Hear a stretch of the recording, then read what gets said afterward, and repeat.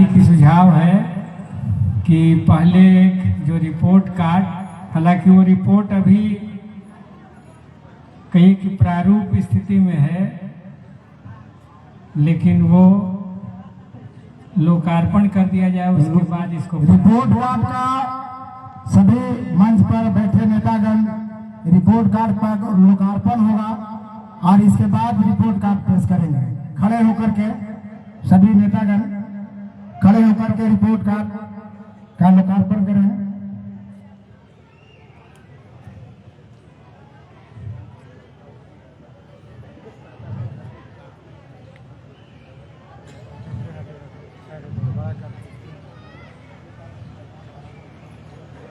तो अब इसके बाद अपना रिपोर्ट कार्ड पेश करेंगे माननीय सांसद राजा रानी। इसके साथ ही इंडिया गठबंधन के सभी सम्मानित नेतागण, यहाँ पर मौजूद तमाम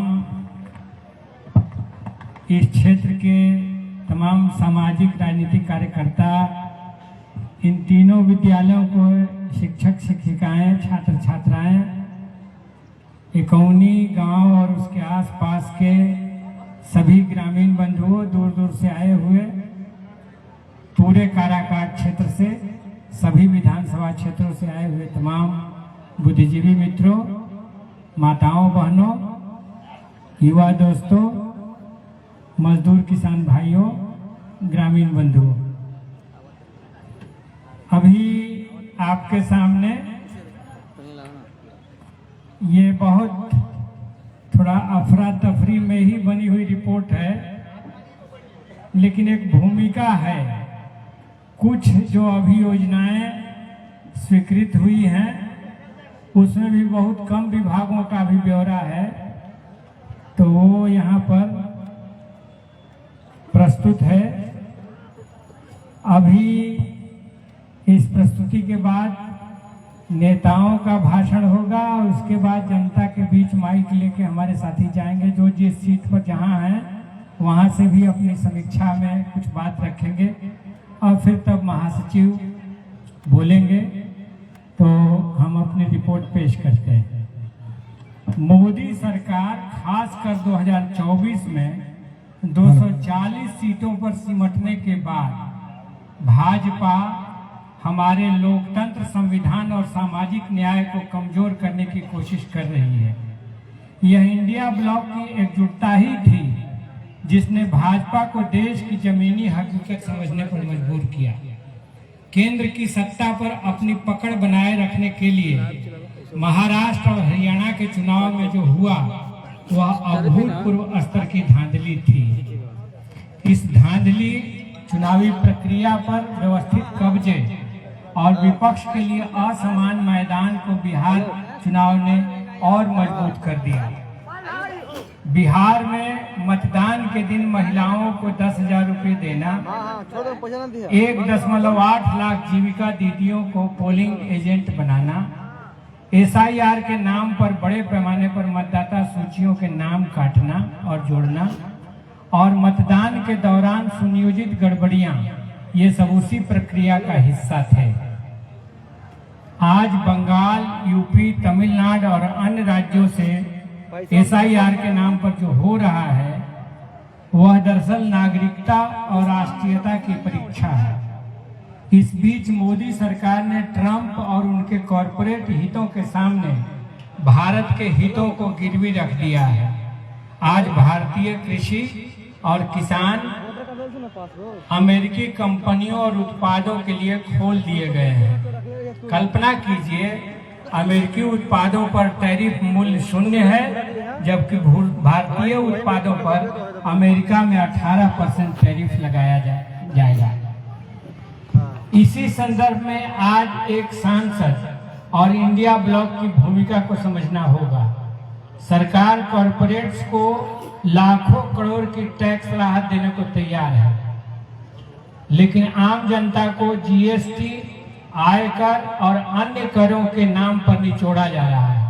वहीं एक सांसद को MP लैंड के तहत मात्र 5 करोड़ रुपए मिलते हैं। जिला और राज्य प्रशासन की विफलता, सड़क, नाली, पेयजल और अन्य बुनियादी सुविधाएं को गरीबों की गरिमा के आंदोलन के रूप में ही उठाना होगा। विकास शब्द बड़ा है, लेकिन जब विकास लोगों तक नहीं पहुंचता तो वह सिर्फ कुछ ठेकेदारों, अफसरों और सत्ताधारी नेताओं के मुनाफे का साधन बन जाता है। अपने क्षेत्र के सांसद के रूप में मैं हर अधिकार और हर परियोजना के लिए लड़ूंगा, जैसे कि सोन नहर प्रणाली के आधुनिकीकरण, पुनरुद्धार, इंद्रपुरी जलाशय का शीघ्र निर्माण और बंद उद्योगों कारखानों को फिर से चालू करने की मांग, ताकि स्थानीय युवाओं को सम्मानजनक रोजगार मिल सके और उन्हें बिहार न छोड़ना पड़े।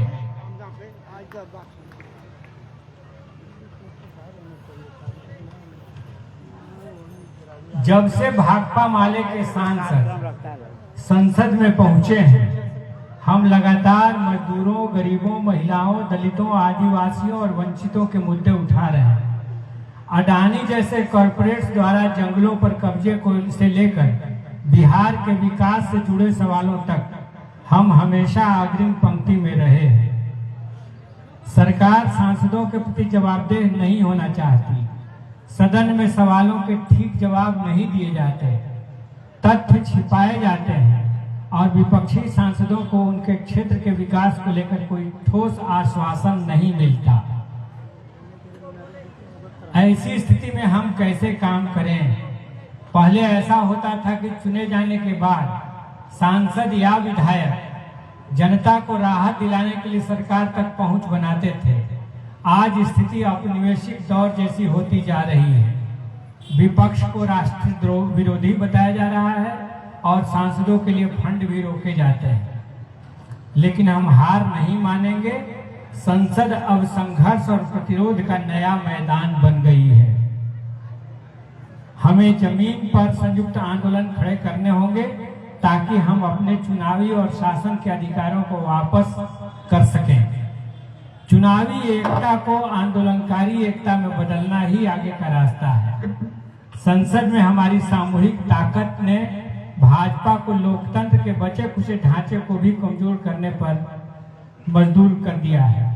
अब जमीन पर हमारी सामूहिक इच्छा शक्ति हर इंच लोकतंत्र को वापस हासिल करेगी, जिसे हमने अंग्रेजों से लड़कर बनाया था।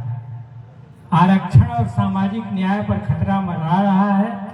हाल ही में यूजीसी इक्विटी नियमों के खिलाफ हुए विरोध ने मनुवादी ताकतों का असली चेहरा उजागर किया है।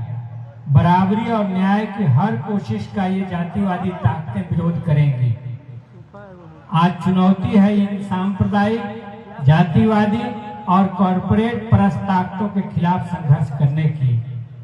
भारत का विचार, जो अंग्रेजी में आइडिया ऑफ इंडिया कहते हैं, इन्हीं संघर्षों में जीवित रहेगा।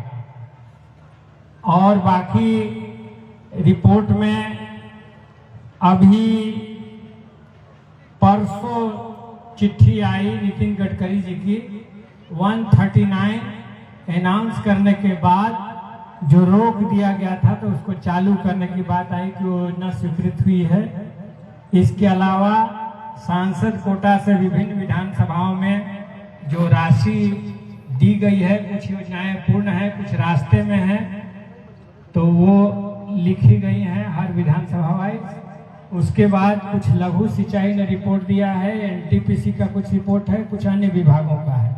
सभी विभागों का अभी संभव नहीं हो पाया, तो आप उन सब पर या जो ये बात रखी गई इस पर भी अपनी टिप्पणी रखेंगे।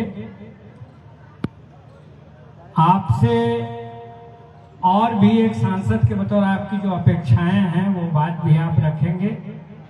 तो मैं फिलहाल आप सबको नमन करते हुए ये एक कोशिश शुरू की गई है कि आज के दौर में इंडिया गठबंधन के जिम्मेवार सांसद के बतौर आप हमारे मालिक हैं, हम आपके प्रतिनिधि हैं, तो आपको हिसाब किताब हमसे लेना ये आपका दायित्व है और मेरा कर्तव्य है। आपका अधिकार है, हमारा कर्तव्य है। इसीलिए हम कहना चाहेंगे कि ये बात एक रखी गई है, योजनाओं की लिस्ट भी है। दूसरी बात कि इतना बड़ा क्षेत्र है कौन योजना कैसे चल रही है, इसमें आपका भी सहयोग चाहिए। जनता का ऑडिट चाहिए, कहाँ क्या गड़बड़ी हो रही है, ठीक योजना काम हो रही है नहीं हो रही है।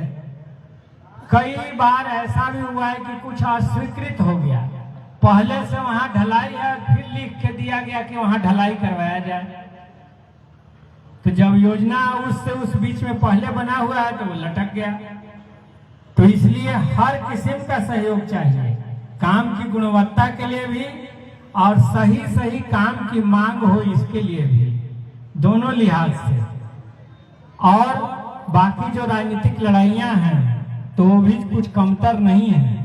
वो नली गली सड़क बिजली पानी इन लड़ाइयों से कुछ कम महत्वपूर्ण नहीं है। अभी मान लीजिए कि जो हमारे बच्चे बच्चियों के साथ यूनिवर्सिटी और कॉलेज में जो भेदभाव चल रहा है, तो ये कोई छोटी बात नहीं है। अब भेदभाव हम बर्दाश्त नहीं करेंगे। अब रोहित वेमुला और पायल तड़वी की शहादत हमें नहीं चाहिए, उस ढंग से मरना हमको नहीं चाहिए। अब हम बराबरी का अधिकार लेंगे। हमें चाहिए ज्ञान विज्ञान, हमें चाहिए मान सम्मान। तो इस लड़ाई में हम बच्चों के साथ हैं, अगली पीढ़ी के साथ हैं। ये अपने जमाने में बाबा साहब भीमराव अंबेडकर ने भी लड़ाई लड़ी थी। बीच में मंडल कमीशन का भी दौर आया, कर्पूरी जी का दौर आया। तो कितना दिन तक हम उपेक्षित रहेंगे, तो यह सब भी सवाल है। और बाकी जो विकास के प्रश्न है, बिजली के, सड़क के, पानी के, वो सब तो चलेंगे, स्वास्थ्य के, शिक्षा के, वो सब आप जो भी कहेंगे हम यही कहेंगे कि रोज जैसे मेहनत करते हैं 16 घंटा, वो मेहनत 3 साल जारी रहेगा, अंतिम तक जारी रहेगा। पूरी कोशिश करेंगे ईमानदारी के साथ। और अंत में ये बात कहते हुए अपनी बात खत्म करेंगे, तन समर्पित, मन समर्पित, प्राण का कण कण समर्पित, चाहता हूँ देश की धरती तुझे कुछ और भी दे। धन्यवाद।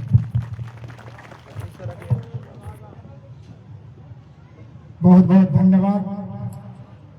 अब